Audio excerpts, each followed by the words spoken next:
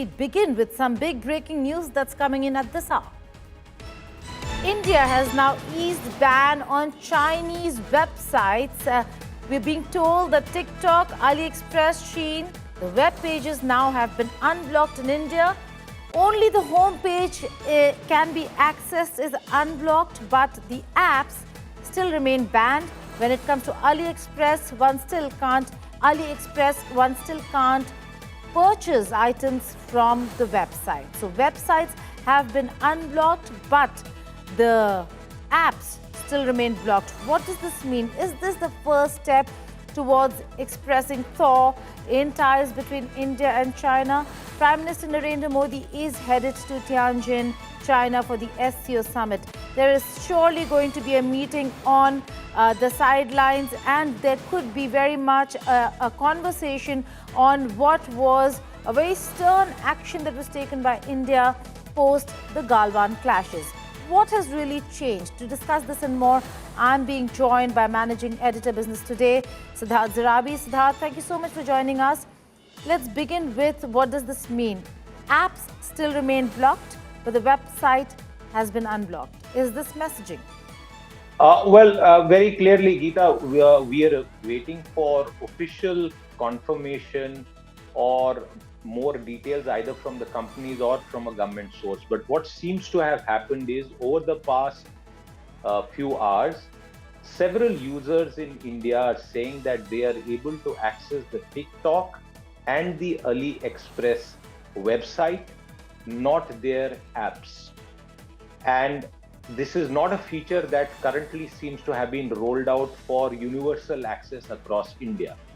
And that is why there is also a caveat to what we are discussing here, that as far as ISPs are concerned, we are still waiting to hear from all ISPs whether all of them have implemented this unblocking. There are several companies, but primarily TikTok and AliExpress, like you pointed out, what is available as on-ground information and from sources.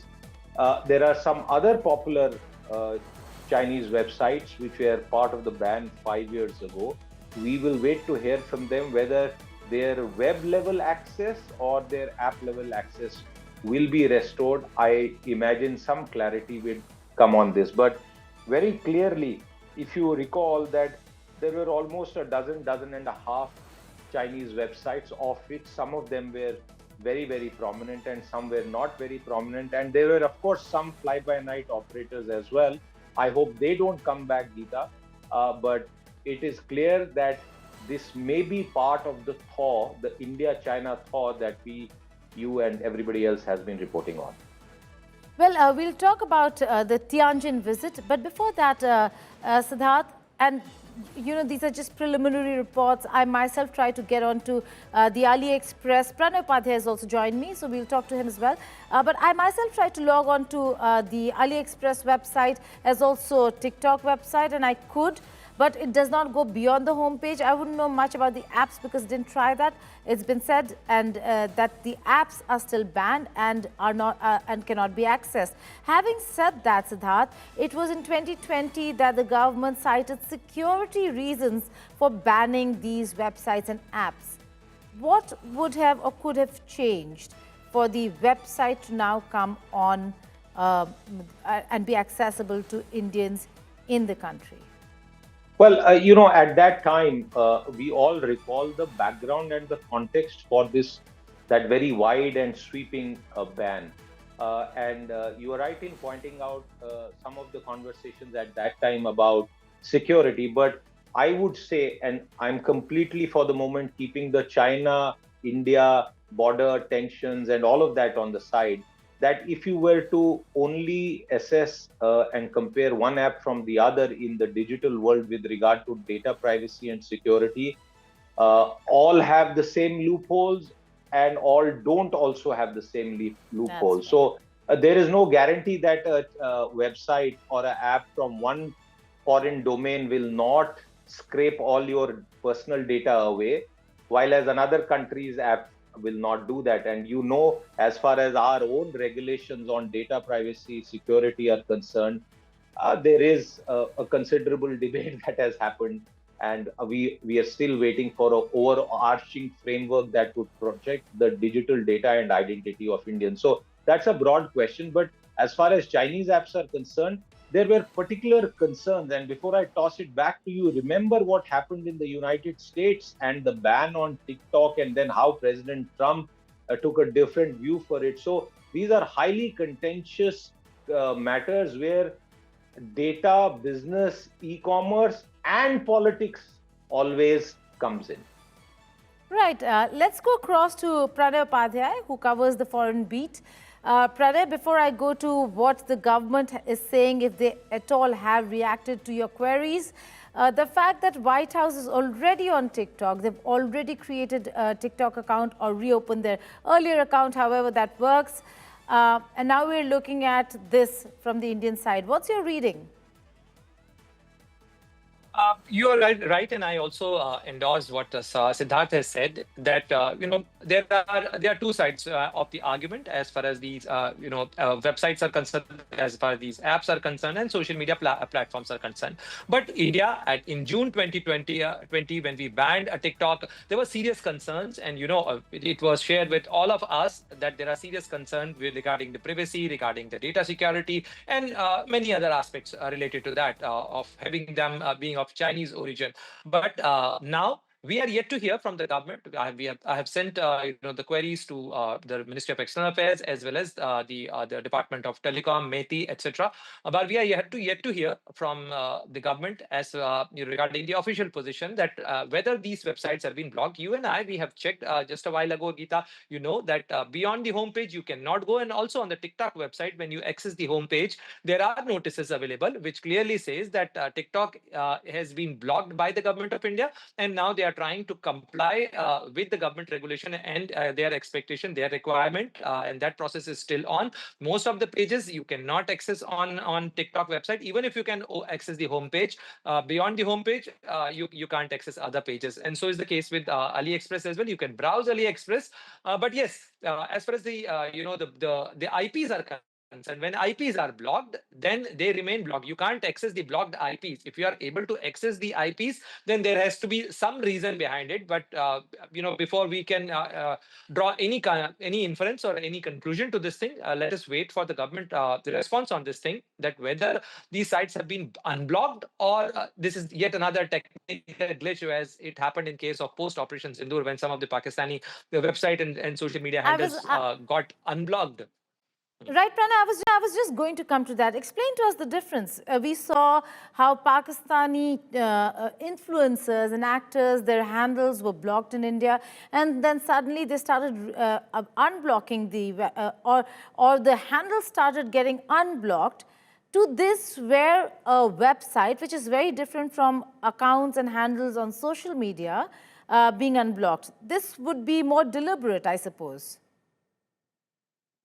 Geeta, the difference remains that when you access any social media handle, say about like Twitter handle of or X handle of any entity, any individual, then it is being hosted by the platform, by the X, and when government asks X to block certain certain handle, then government has to provide the substantive reason why they have the service provider or the social media service provider blocks that, but they have to wait for the confirmation of it, and there is a stipulated period for that, say about like 6 months.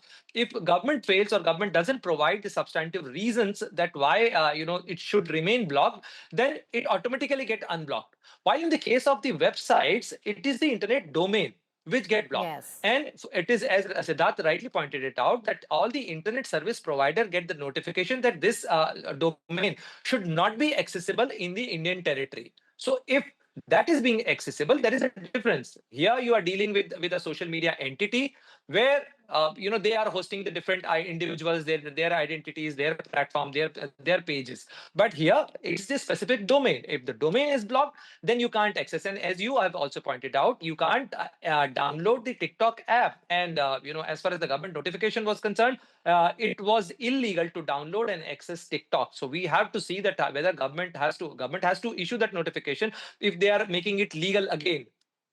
Right. Siddharth, if I could come to you. Now, this is, let's zoom out a little and look at the entire aspect of how this is turning out for India. The major push from the United States of America when it comes to all the dealings that we've had in the past, it's a huge geopolitical shift. And now India, in all probability, before the Tianjin visit, is looking at China and ways and means in which there can be some positive messaging. Is this one of those messaging? Because if I'm looking at social media, I'm seeing a lot of pushback for this decision. Well, it's very clear as far as the the balance between such apps from one country versus another domain. It was very clear that the action against the Chinese apps was born out of reasons other than to only do with sort of privacy or security angle. That could then, as a logic, have been applied for some other domains. But we know that the world of digital apps is dominated by two geographies, the United States and China. And if this relaxation were to have actually been done, it clearly means that the government is taking a stance that if American companies are able to make so much money out of India, and there is also a taxation aspect which remains undecided, Geeta, I must remind you and all our viewers, then why not deal with everyone on the same level? And if there is a diplomatic rationale, as is quite obvious if this action were to actually be formally announced, it will be clear that the government is saying, well, you can't have it both ways as far as the United States is concerned. The billions of dollars of revenue are being scraped out of India. And also look at another aspect very quickly, Geeta, that this comes after a massive landmark legislation which took perhaps just minutes to be passed from the Houses of Parliament, which is the ban on real money gaming. All I'm just saying here is that the government of India is known to take decisions for various reasons, and perhaps the unblocking or access being restored partially or fully to certain Chinese e-commerce or social media platforms could be part of a larger game plan. Okay, but let's just go back to what Siddharth said first, that we're still awaiting a government reaction. This could very well be an aberration rather than a policy decision. We'll have to wait and see why and what really happened. We're also being joined on the phone line by Priyanka Chaturvedi, UBT Sena MP from Parliament. Priyanka, thank you so much for joining us here on the network. This is a huge development. It comes after 5 years. We're looking at unblocking of the websites. However, might I add, nothing can be done on the website. The apps are still blocked.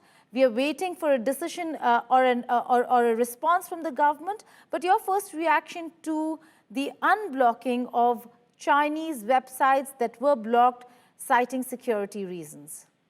While I shall await a response from the government as far as this information is concerned, however, it is extremely concerning to note that our foreign policy decisions and our decisions with regards to apps, the security, the data mining aspect, the China aspect, the China interference aspect, has all been kept away just because now strategically we, in some manner, find ourselves aligned with China.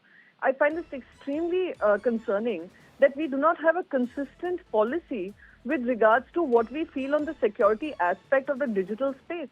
Well, the world is talking about the data mining aspect of China and the Chinese-based apps. And we were the first countries to ban these apps. At that point in time, of course, there was an outrage about responding to Galwan Valley by banning these apps.